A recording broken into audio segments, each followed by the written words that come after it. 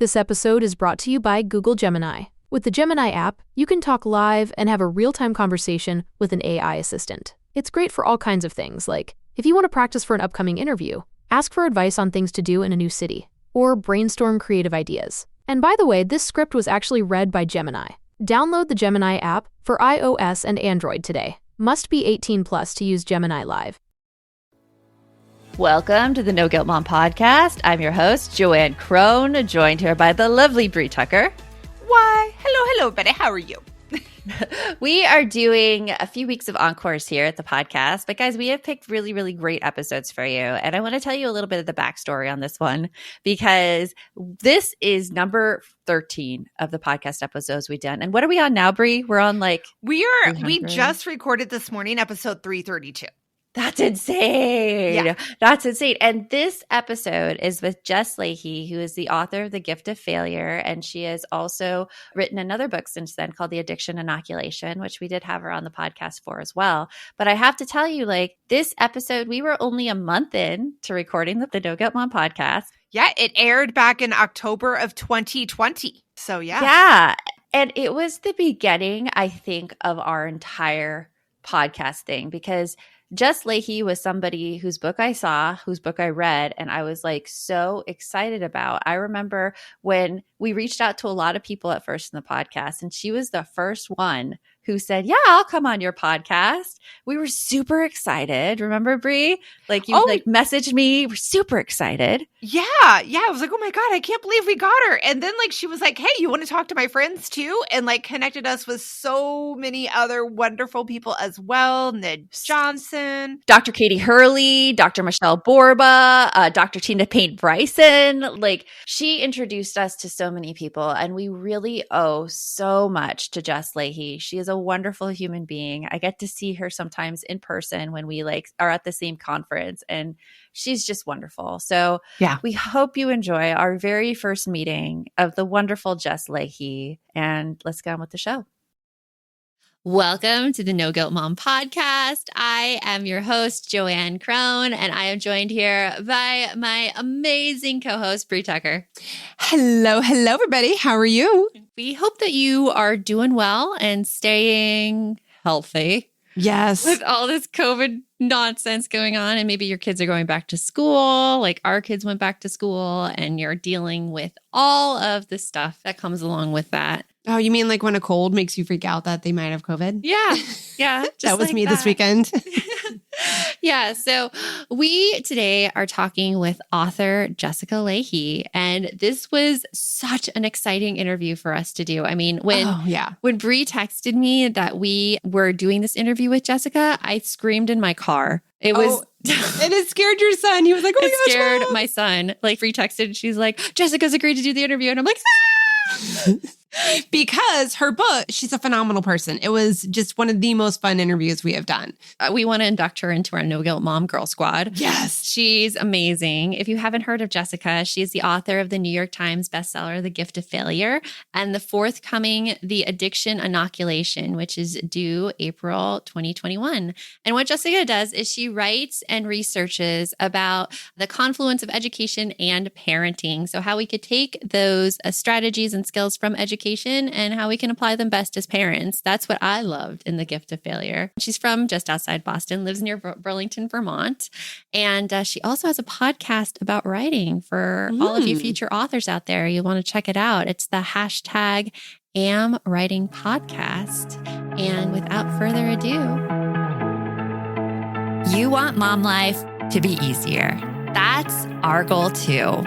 Our mission is to raise more self-sufficient and independent kids, and we're going to have fun doing it. We're going to help you delegate and step back. Each episode will tackle strategies for positive discipline, making our kids more responsible and making our lives better in the process. Welcome to the No Guilt Mom podcast.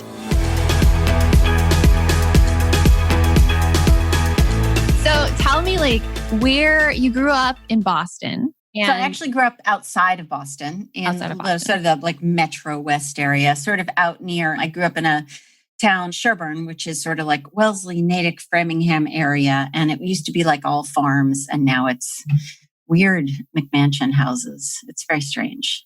Yeah. Farmland that's now not farmland anymore.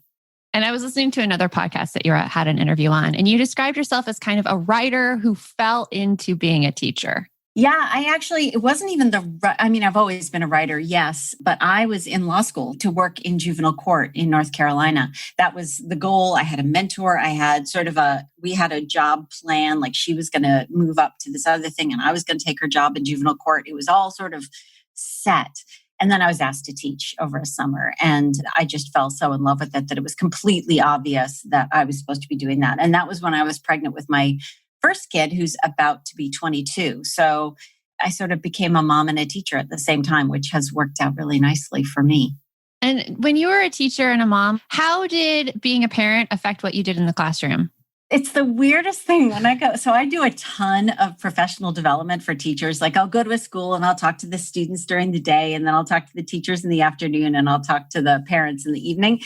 And inevitably, I always say to the teachers, look, I know many of us in this room are parents, and there's this weird wall in our brains between our teacher life and our parent life. And a lot of the stuff that we do naturally as teachers would make for really great parenting if it would just occur to us that these are things that you can actually bring home with you. Like it would never occur to me to say to one of my students, oh, forget it. I'll just give you all the answers. That'll be easier for all of us. No, you don't do that. No. Okay. Or, all the time. Or watching them struggle, part of watching them struggle and sort of helping them lead them toward the answer, to figuring out the answer themselves. Like that's what I do with my students. And you would think like, oh, she must be really good. She must do that all the time with her kids. And then in Gift of Failure, I also talked a lot about some of the stuff I did as an advisor, not just as a teacher, but as a kid's advisor, doing goals and working towards short-term achievable goals and having long-term goals and helping build their executive function by helping them see how the short-term achievable. None of these things occurred to me as a parent. I'm like, I don't know what my problem is. So, and I hear that from a lot of other teachers. They say like, wow, you're right. All these things that I'm doing at school that work really great for learning, I don't know what my problem is. And it's because we're just too emotionally involved and it's too hard to watch our kids get frustrated. And it seems like an indictment and we don't want them to be mad at us and, all that other stuff. Yeah. So, yeah. And it's also the whole, like, I know how to do this. Why am I struggling? Like I run into that all the time with that mom guilt because my background's early childhood. So I run into that all the time of just that. I know what I'm supposed to be doing. Yeah. Why are the words not coming out of my mouth the right way? Or what did I do wrong that you're not just naturally picking it all up? Well, why? Because I didn't take time to teach you. As I'm researching that stuff and learning it, then there's this added layer of my kids are getting old enough where they're like, can you stop with the Gift of Failure stuff and just help me with this? There's that added layer. Yeah. So for me, it's important for me to have other authors that I admire and look to and other experts. So I have a group of parenting educators that are friends and colleagues and trusted. I can go to them and I can say, I know I'm supposed to be the expert on this, but I need some help. I go through that all the time. Like I wrote a book on homework and helping kids do homework at home because I used to be a teacher just like you. And that emotional connection is strong. But then you see your kid crying on the floor, having a tantrum over homework. You're like, what happened? I know. Well, and it's different. It's just different. The emotional engagement is the emotional involvement, the whole, we take our validation from their successes, blah, blah, blah. All that stuff just gets in the way. Yeah. Yeah. It gets very, very hard as a parent. And like talking with parents, I feel like that is really what gets in the way of helping our kids be more self-reliant is that emotional pull that our kids have on us. And so for me, often when I'm talking to parents, I have to walk this really, very narrow line, very thin line where I say, I have to give them the information. I have to poke a little bit so they'll start thinking about the things they do, and give them the research. But also I can't, I don't want to make anyone defensive. I don't want to get anyone upset because you don't hear very well. The tools I know as a teacher is the minute, if you want to interrupt learning, just introduce stress. So I have to keep sort of the anxiety and stress level at a certain place. And so I have to be funny and I have to make jokes. It's a whole tightrope thing. And, a lot of that comes from the fact that I know what works and doesn't work for learning. And so if you watch me on stage, teachers call me on it. Teachers are like, I saw you do that visual learning thing on the stage, where there are certain places on the stage where I talk about certain concepts. And so if I'm going to come back to a certain concept, I move to that place on the stage so that people are getting certain cues for certain pieces of knowledge. And then to bring it all together, I move back to the center and bring those disparate ideas together. And that's something that's a teaching tool. And it works well for learning because it engages various parts of the brain. So the teacher side of me, I need to fulfill both of those things when it comes to my life and my kids. And so, I think the kids are just grateful that I have some other outlet for the teaching stuff. Otherwise, they would get the full blast and they would never speak to me ever again. Isn't it funny though, how your kids just start calling you on like all the psychology and all the stuff that you do? Because my kids do it as well. Oh yeah. Yeah. I see what you're doing there. I see what you're doing. My daughter's favorite thing is stop it with the breathing. The breathing doesn't calm me down. There are like 6 different techniques because she's very emotional like her mom. She's very much like me. Yeah. We'll be right back after a quick break. Okay, I have to tell you, I was just looking on eBay where I go for all kinds of things I love, and there it was. That hologram trading card. One of the rarest, the last one I needed for my set. Shiny like the designer handbag of my dreams. One of a kind. eBay had it, and now everyone's asking, ooh, where'd you get your windshield wipers? eBay has all the parts that fit my car. No more annoying, just beautiful. Whatever you love, find it on eBay. eBay, things people love.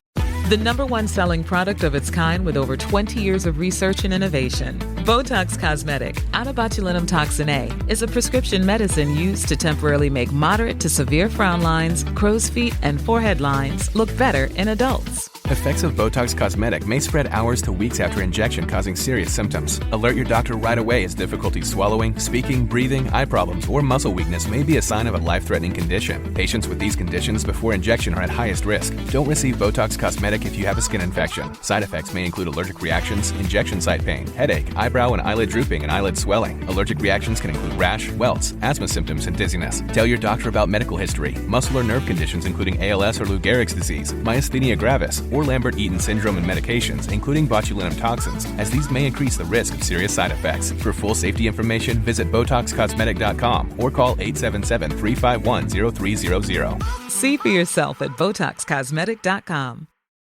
This episode is brought to you by AWS. Amazon Q Business is the new generative AI assistant from AWS. Many tasks can make business slow, like wading through mud. Help! Luckily, there's a faster, easier, less messy choice. Amazon Q can securely understand your business data to help you streamline tasks, like summarizing quarterly results or doing complex analyses in no time. Q got this. Learn what Amazon Q Business can do for you at aws.com/learn more. So like knowing that parents, we have this emotional connection to our kids. And when we see our kids be so frustrated, it's hard to just step back and use those tools. So like, how can we get our kids to sit more with that frustration that they feel when they're doing something hard? So there's 2 different ways to come at this. First, let me explain that kids let's put up 2 different kinds of parents. There are directive parents. In the research, they're also called controlling parents, but I use the word directive. Goes down nicer, I think. Right, exactly. And then autonomy supportive parents. And autonomy supportive parents, support kids' ability to make their own choices. I make the joke all the time that when you have a toddler, you don't say, do you want to wear a hat? You say, would you like to wear the red hat or the blue hat in order to get buy-in? Okay. So it turns out that according to Wendy Grolnick, who has done a bunch of research on this, that kids of directive parents, of parents who are constantly just giving them each step by step, first do this, then do that. No, don't ask questions, just do this. Those kids are less likely when their parents are not around to be able to complete tasks that are challenging for them because they don't exercise that muscle of knowing what it's like to feel frustrated and deal with it and push through it and finish the task. Whereas kids who have autonomy supportive parents are a lot more likely to have had that opportunity to wrestle with frustration and therefore a lot more likely to, way more likely to finish tasks on their own. Then I explain that the difference between these 2 kids, a kid who can be frustrated and a kid who can't, this is huge. These 2 kids come to my classroom. One is going to be a lot more able to learn and one is going to be a lot more resistant to learning. So the kids and that's mainly because one of the most powerful teaching tools I have is this thing called desirable difficulties. And desirable difficulties sort of require you to be able to be frustrated with something and work through it and think about it in a new way. Take some breaths, do a little breathing, think about reread the instructions. It's the kids who fall apart and are like, I'm never going to be able to do it ever, and just give up and go boneless and never finish the task. Those kids of directive parents simply don't learn as well as the kids who are able to be frustrated, push through their frustration, and finish tasks, because those desirable difficulties are such valuable teaching experiences and learning experiences that if one kid can benefit from them, another kid can't. I've got two very different learning situations in my classroom. So kids who can be frustrated, have that feeling, deal with it, take a breath, push through it, and keep trying, those kids are going to be much better at learning than kids who can't. So just remembering that helps remind me that no, this is valuable. This thing right here that's making me want to vomit and making my kid wanting to freak out, this is a valuable experience in and of itself right now, because my book's called Gift of Failure, but I don't want kids to fail. I just want them to have a positive, adaptive response to the failure when it inevitably happens, because it will. No, because failures are really what make you as a person. And I know, as a child myself, I don't think I experienced failure fully until I was an adult, working at my first job. And that's when I finally had to grapple with it. And I think about that a lot with kids, where if the first time they fail is when they move out of the house, that's not good for them. They don't have any support. They don't have any cushion. So we have our no guilt mom mindset. We have 6 different mindsets that we talk about. And on our first podcast episode, we were talking about how, your kids will learn from their mistakes. And Joanne referenced your book, and she was just talking about how she wants her kids to have that. And what'd you say?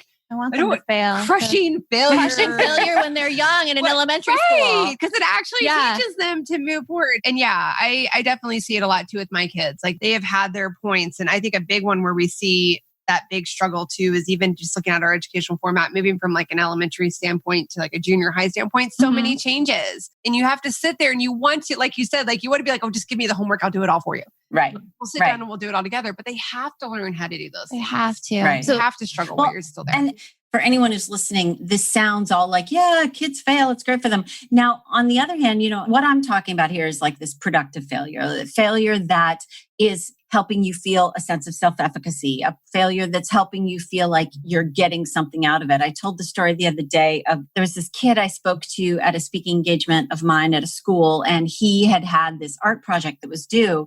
And he stayed up all night to do it. And it turns out there was a flaw with the assignment. The materials they were given just didn't work great for this assignment. So the kid stayed up all night to sort of figure out a better way to approach the assignment. And the next day, he didn't have a completed version of the assignment that the art teacher wanted. And the art teacher didn't give him full credit for his project. And the kid was like, but look, I did this whole thing where I figured out a better way to do it. And she's like, yeah, but you didn't follow the instructions. But the nice thing about this kid is that he was self-aware enough to know that this adult is a bit of a dork and doesn't get it.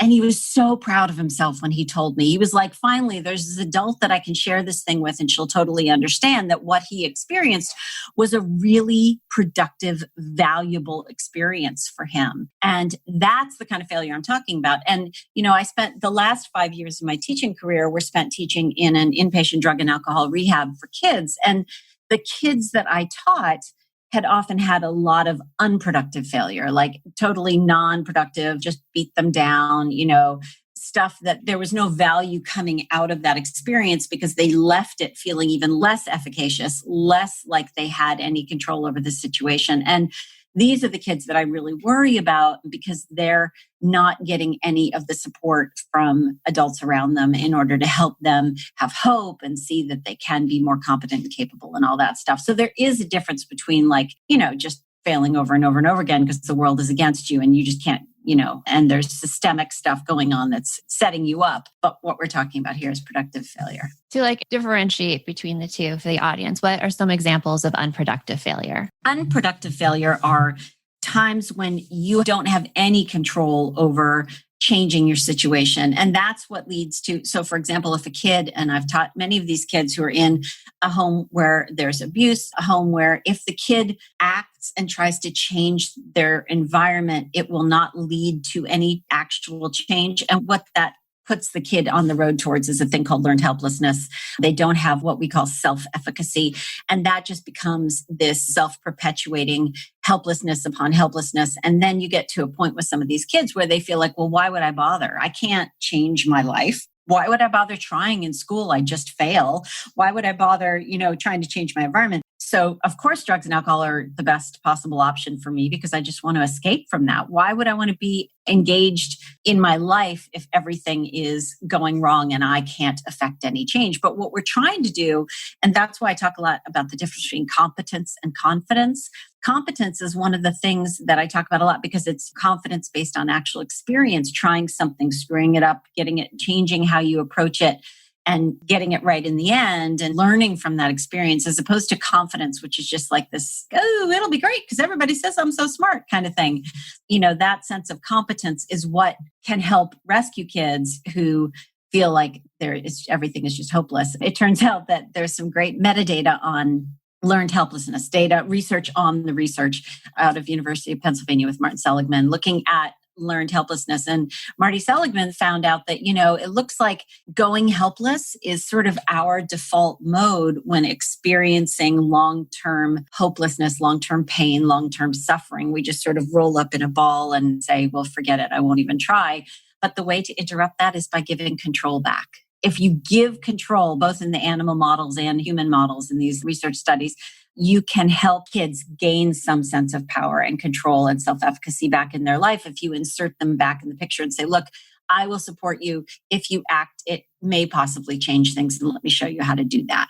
There's a big difference. I think the perspective that some people have when I go and speak somewhere is, oh, you just want kids to screw up. And that's not the lesson at all. I got to help write the curriculum for a show for Amazon Prime called The Stinky and Dirty Show. And Stinky and Dirty is that process. It's these two machines, a digger and a dump truck, based on the I Stink and I'm Dirty series of books. And they have a task that they have to do and they screw it up and they say, oh, okay, well, that part of it, this part seemed to work, but this part didn't really work. So let's get rid of that. But let's take this with us because I think this part might be useful next time. And then eventually using those tools, they succeed in the end. So, that's sort wonderful. Of the big picture. Yeah, I love that show so much. The last thing I wanted to do was be a part of more screen time for kids. But the person who asked me a part of that show was Alice Wilder, who created Blue's Clues. And you don't say no to Alice say no to Wilder. that. No. Yay. Oh, I love So the kind of failure that's good for kids is the ones where, yes, they may fail at first on a task, but then it's under their total control to go and kind of remedy the situation and repair the situation. And they have a say in that. Well, and it's that they have someone who will support them and say, you know what? Yeah, that didn't work. And often the kid's response will be like, oh, I can't learn this, or I can't do this math. If you give them the sort of Carol Dweck growth mindset words like yet, well, of course you can't do that yet. You just learned how to do this 10 minutes ago, but let's keep trying at this. And, our job when we talk about homework, for example, our job when a kid is frustrated and wants to just throw the algebra homework out the window is not to reteach all of Algebra 1. It's to help the kid sit there and say, why don't you explain what you think the instructions are? Or you're stuck on number 4. Well, what did you do to get number 2 right? What happened over here and what lessons from number 2 can you take to number 4? It's that sort of supporting and redirecting that we do as adults, as trusted adults around kids, that will help them feel supported and like they have some ability to screw up, and that's okay. Mm-hmm. Yeah. Asking those questions, encouraging them, and kind of sitting beside them. Instead of saying, here, let me do that for you. You can say things like, how can I be of help to you? Or why don't you explain it to me? Or I don't remember how to do this. How about you teach me how to do it? As a teacher, you know this. Half the time the kids raise their hand and they're like, I'm stuck. I don't know what I'm doing. And you go over there and they start to explain it to you and they say, oh, never mind. I get it now. And you didn't even do anything except stand there and listen. Exactly. That's what I was going to say. Just you standing there in the proximity, whatever it was, like you had that knowledge. They feel like you have that knowledge radiating off of you. Nope, you just had it. It was there in your gut. You just needed somebody to stand near you to push it out, I guess. Yeah. Right. And my experience is teaching older kids. I've never taught the littles. I've taught grades 6 to 12, all the grades between 6 and 12. And with those kids, half the time, you're just the sounding board. You're just standing there and saying, okay, well, rephrase the instructions for me. What do you think they say? And then half the time they figure it out on their own. Yeah, they do. I was a 5th grade teacher, and it was like right at that borderline of like little kid to the middle school kid. And so just being there though with the kids is great. And even with the littles, like as you're describing this math homework, I have flashbacks to last night with my son in math homework. And I feel like I'm very emotionally connected to my son, like more so. I feel like his moods affect me more than my daughter. And so sometimes I feel like as a parent, I may not be the best person to help him along in his struggles. I feel like my husband is the best person for that because he is one who steps back and can ask those questions. Yet, while my mind gets flooded with all of the emotions and seeing my baby cry and stuff that I have to talk myself down from, I feel like a lot of parents struggle with that. Yeah. So what's like the first thing that parents can do if they get all like, like when their kids struggle? Yeah. So there are 2 main takeaways I try to make sure that I give to parents when, I'm doing a speaking engagement. And that's 2 things. Number 1, you have to think more long-term. You have to think about like, okay, do I, fix this for my kid right now? Or do I want my kid to be able to fix it for themselves next time, 6 months from now, a year from now, whatever. And then the second thing, so because those daily emergencies we have, like, oh my gosh, this homework assignment has to get delivered to the school immediately because they left it home. Actually, the bigger, more important lesson might be not delivering it and forcing that conversation to happen between the kid and the teacher and stuff like that. So there's the thinking long-term instead of short-term. And then the other one is to focus more on the process and less on the product. And this is especially useful. This is useful for me as a parent, but it's especially useful also for kids that have a lot of anxiety and that sort of perfectionism thing going on, because they tend to really spiral over product. Why isn't this an A-? It should have been an A- but instead of B+. But if our focus is more on the process of either what are you going to do next time? What did you do here that you're going to leave behind? What did you do here that you're going to take with you? Did you have a conversation with your teacher? Blah, blah, blah. All of that sort of stuff will also help them believe us when we say what we really care about is the learning, because for the most part, that's not what kids believe we care about. They believe we care about the letters. Because we put those letters up on the refrigerator and we freak out and we get all excited. And then, and we beam with pride. And in the end, what we're doing is exchanging love for performance. And that's an extraordinarily damaging thing to do to kids, because the alternative to that is, they bring home a low grade and you're just silent. And that silence gets translated in the kid's head for the most part as, withdrawal of love in exchange for some unwanted performance. So process. How important for us as parents is it to model that we value the process in our own work versus the product? Because I feel like I am a high achiever. I want to bam, bam, bam, bam. And then the next thing I'm like, bam, bam, bam, bam. So how can we model that better to our kids? Well, I'm assuming, no offense, but I'm going to assume that maybe you don't do everything perfectly every single time. I hate to even imply, but one of the best things we can do is to talk to our kids a lot about what we're dealing with and what we're going through. And if we make a misstep at work, if we make a misstep in a relationship, it's a really great thing to talk about that in front of your kids, because part of the process of not only will it help them value, when we're getting all excited about a piece of writing getting accepted somewhere that, you've been rejected 4 or 5 times, they will be even more excited for you because they've seen you go through that process and learn from all the rejections you got in the first place. But when we're talking to our kids, we seem to not want to share these mistakes we make. I don't know if it's because, we want them to think we're perfect or whatever, but they know we're not. So why not just model those sort of our growth process and our learning from our mistakes? And honestly, the very first way, the easiest way to do that is if you've been doing too much for your kid and you've been doing the helicopter thing, or you've been snowplowing all of the problems out of their way, is to say, you know what? I am really sorry. I thought I was doing the best I could do as a parent, but I learned some stuff, and I learned how important it's going to be for you to try and make mistakes and be able to figure things out for your own and on your own. And I think I've been underestimating you. And so I learned some stuff, and I'm going to try to do better from that stuff I learned. And that process right there is modeling for them what we want to see in them. We'll be right back after a quick break. This episode is brought to you by Allstate. Some people just know they could save hundreds on car insurance by checking Allstate first. Like you know to check the date of the big game first before you accidentally buy tickets on your 20th wedding anniversary and have to spend the next 20 years of your marriage making up for it. Yeah, checking first is smart. So check Allstate first for a quote that could save you hundreds. You're in good hands with Allstate. Savings vary. Terms apply. Allstate Fire and Casualty Insurance Company and Affiliates. Northbrook, Illinois. This episode is brought to you by LifeLock. The holidays mean more travel, more shopping, more time online, and more personal info in places that could expose you to identity theft. That's why LifeLock monitors millions of data points every second. If your identity is stolen, their US-based restoration specialist will fix it, guaranteed or your money back. Get more holiday fun and less holiday worry with LifeLock. Save up to 40% your first year. Visit LifeLock.com/podcast. Terms apply. Is it time to reimagine your future? The right business skills may make a difference in your career.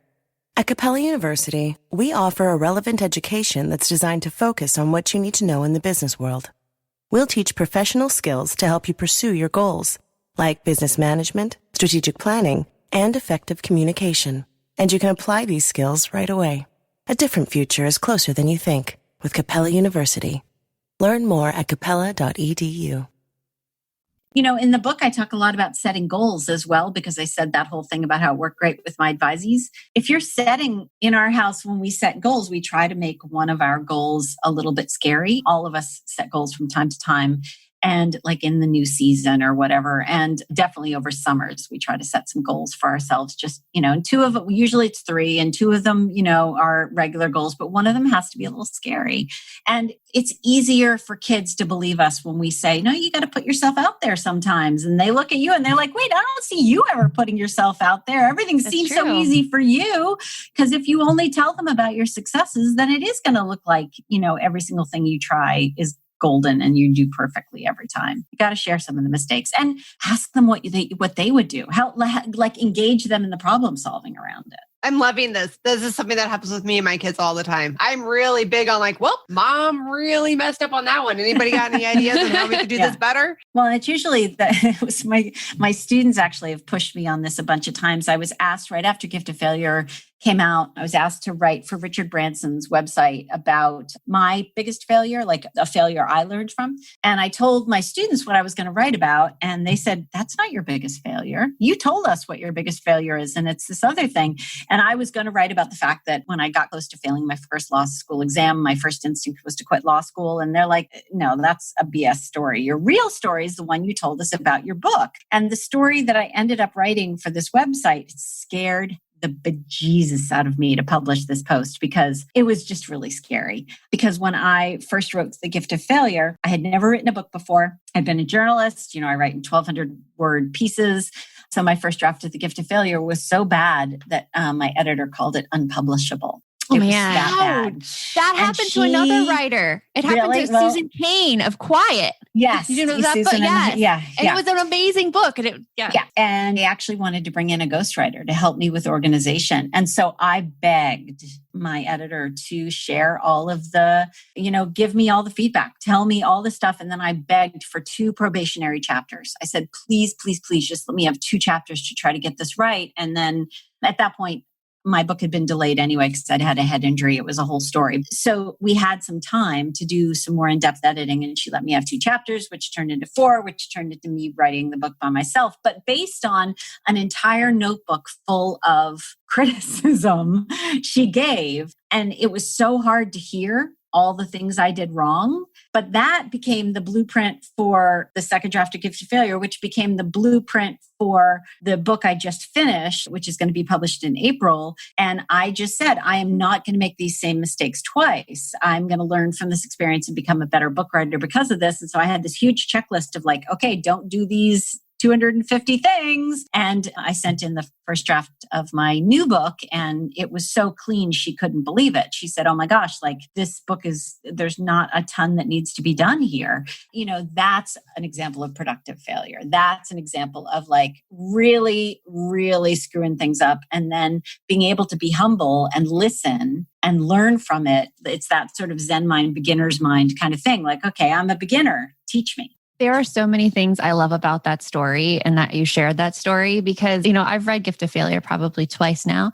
And I just think it's the most wonderfully put together, well-researched work. And it lays things out in such a logical argument. And it's just like, it looks perfect. It looks amazing. It looks like, well, tell my editor because a lot of that is due to my editor.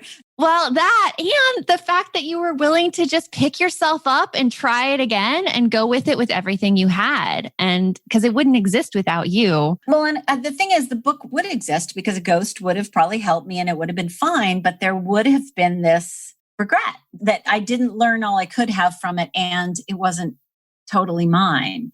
And that's, I think, the big lesson, which is unpublishable or whatever the humiliation is, there's going to be stuff to be learned there. So how do you do that? Let's talk about your next book, The Addiction Inoculation. So what is that book about? So this book, after you write a book that does well, there's this real freak out about what you're going to do next. What am I going to follow up with? Well, and speaking of Susan Cain, I'm so indebted to her because I went to her one night and I said, we've been friends for a while. And I said, I'm really feeling some pressure to get the next thing started. And she said, why? And I said, because that's what I'm supposed to do, right? And she's like, look, I'm still promoting and talking about quiet, and that's been the focus of my work for longer than it's been since you put out Gift of Failure. And is that still fulfilling to you? And I said, oh yeah, I'm still traveling a lot and still doing all that stuff and blah, blah, blah. So she was wonderful in the sense that she gave me permission to wait until I now know my process is a lot of reading and a lot of gardening and a lot of walks in the woods to let sort of the ideas percolate. So I actually presented a bunch of ideas to my agent in the 5 years since Gift of Failure came out, and they were all just, fine, whatever. And then in this one glorious moment, like all these ideas came together and I'm like, oh, that's the book. So my story is that I'm an alcoholic. It'll be 7 years when the new book comes out. I have 6.5 years of sobriety now. So I have 2 kids who have a genetic predisposition to substance abuse during their lifetime. I also spent these 5 years teaching in an inpatient drug and alcohol unit. And I'm constantly thinking of those kids, like, where could that intervention have happened? What could we have possibly controlled, changed, whatever? So I was sort of in search of that elusive question of what can we as parents and educators also control and what can't we control? Like, what is looking at all the research out there on everything that could even be tangentially related to substance abuse prevention, what can we do and what can't we do to prevent it? And really, I look at it as a set of scales. The more risk you have, the more protection you're going to have to pile on in order to outweigh that risk. So it's very much a memoir. There's a lot. It was scary to write. There's a lot of memoir in there. I was really fortunate to get some beautiful framing stories from people who are now adults, but had become abusers of drugs and alcohol during their teenage years. And they shared their stories very honestly and openly with me. And so this book is for parents, it's for educators, it's for coaches. There's a whole chapter in there for schools on the best substance abuse programs and what to look for and what's available out there. There's stuff in there about sports. There's stuff in there about, anything that sort of feeds into that question of what counts as prevention. And really, honestly, what it comes down to is how do we promote social emotional learning and how do we protect kids' mental health and how do we intervene early for some of the things that are the biggest risk factors for substance abuse, like early academic failure, early aggression, things like that build and build and build on themselves. If we're coming at them, when we're first starting to see evidence of aggression or evidence that a kid is not doing well in school and we're intervening at those times, given that it can be really hard to get interventions for kids, I had to get a little creative in the book, and some school counselors were really helpful. Some of the new substance abuse prevention programs are really heavy now on the stuff that is really in the best SEL programs, social emotional learning programs. So yeah, it's the book I wanted, which is essentially like, okay, I've got these 2 boys. How do I do everything within my power to raise them to not have to go through what I went through as an alcoholic? Well, it has been so wonderful to chat with you, Jessica. And thank you so much for taking the time because this has been amazing. Lovely. I'm so grateful for what you guys are doing and the conversations that you're having. They're really important. Well, thank you. And hopefully we'll talk to you soon. Talking with Jessica was, I just don't have words for it. It was pretty amazing. It was like one of the reasons I started this podcast was to talk with all of these interesting people and authors whose work I find fascinating and just dig into their minds. And I feel like that was like my dream happening. And Jessica was right up there top. It was phenomenal. I really, really loved the conversation. I found that there were so many times, again, the audience can't see us, but I'm sitting there shaking my head yes, so that I'm not interrupting her going, yes, yes, yes. We learned that in podcast audio that if we say yeah, because that's like a skill in like active listening. You're like showing that you're paying attention to the other person. But when you're trying to edit audio, oh my gosh, it's not good. Yeah. It's not good. Yeah. So there was just so much. And one of my biggest things that I loved, well, there was two pieces that I really loved from that interview, but I loved how she talked about how we, as parents, we need to think about the long term versus the short term.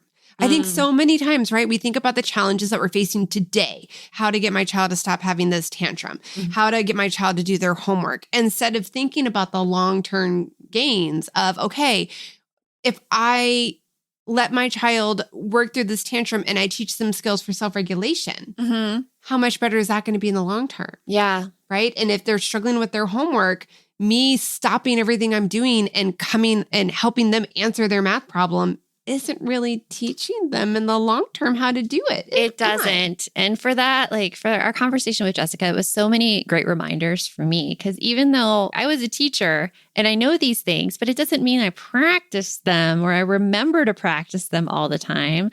Because with our kids, we are emotionally attached to our children. And sometimes like those emotions flood us and we just forget everything. Oh, I think it's 100% true. Like if you work in a field where you do social skills or child development, education, we just want to rip our hair out. We're like, why am I so good at this at work? And then when I come home with my own kids, and you hit it right there. And Jessica talked about it too. It's because we're emotionally connected to these ones. We are. We're emotionally connected to our little munchkins. It's funny because I was sitting by my son. My husband was there too. He was doing his math homework. And I remembered our conversation with Jessica about asking them questions about what they know and what they need to figure out instead of pointing that information out to him. And so I concentrated my questions on those. I'm like, okay, well, what do you know? And he's like, this. And I'm like, so what's the question? This. And he's like, oh, no, I know how to figure this out now. And he was able to take it from there. And you wanted to like cheer. I just wanted to be like, yes. Yes. But you got to keep it on the DL. Yes. As soon as they see you cheer too much, then they're like, Mom, you're weird. Yeah. You cannot outwardly celebrate your parenting successes in front of your children. Else they'll be like, nope, I'm going to regress right in front of your eyes. Right. Exactly. But it was just amazing to see his reaction to those questions versus some other questions like I've asked in the past. I'd be like, okay, well, this says that, and I basically would read the problem for him and he would get really angry. And now I see, of course, he would get really angry because that stuff is in front of him. He could figure it out himself. Right. That's not helping me. Right. It's not helping. And you know what? That's a lot of how I would do it when my daughter was having trouble with math. And now I can kind of see why that was maybe a little more difficult. Yeah. So I loved it. And if you've not yet read The Gift of Failure, go get it. Go get it. It's amazing. It's definitely one that needs to be in your library for sure. Yes. Also, little reminders here. I'm like, if you haven't done this, if you haven't done this, I'm like, today. Well, this one's a quick one. This one's an easy do. Hit subscribe. Yes. On that podcast button.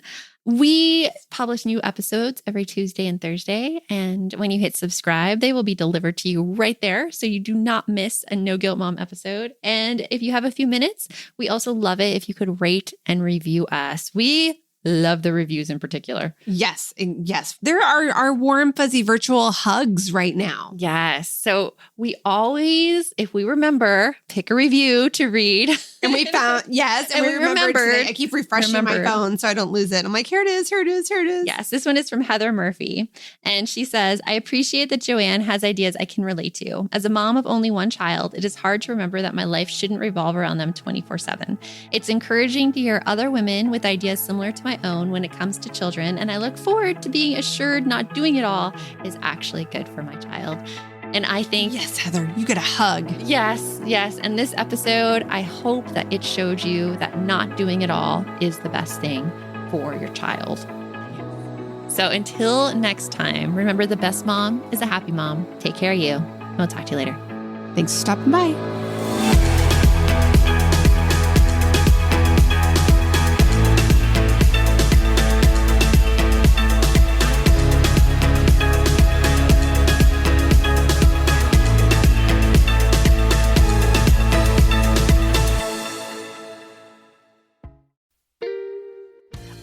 parent in need of a laugh and a little escape? Look no further. Parenting is a Joke is the podcast you've been waiting for. Hey, I'm Ophira Eisenberg. I'm a stand-up comic and parent. And each week I chat with one of my top comedian pals who, just like you, are juggling careers, busy lives and schedules, and raising a family. You can expect candid stories, hilarious mishaps that happen on stage and at home, and just a lot of laughs. There's no expert advice here. Well, actually, sometimes a good idea does sneak its way in, but mostly just pure, relatable fun to remind you that we're all in this parenting adventure together. New episodes of Parenting is a Joke drop every Tuesday, so tune in, get ready to laugh, unwind, and maybe even feel a little bit better about your own parenting. Because sometimes that's exactly what your therapist, pediatrician, and bartender ordered. Subscribe now on your favorite podcast platform.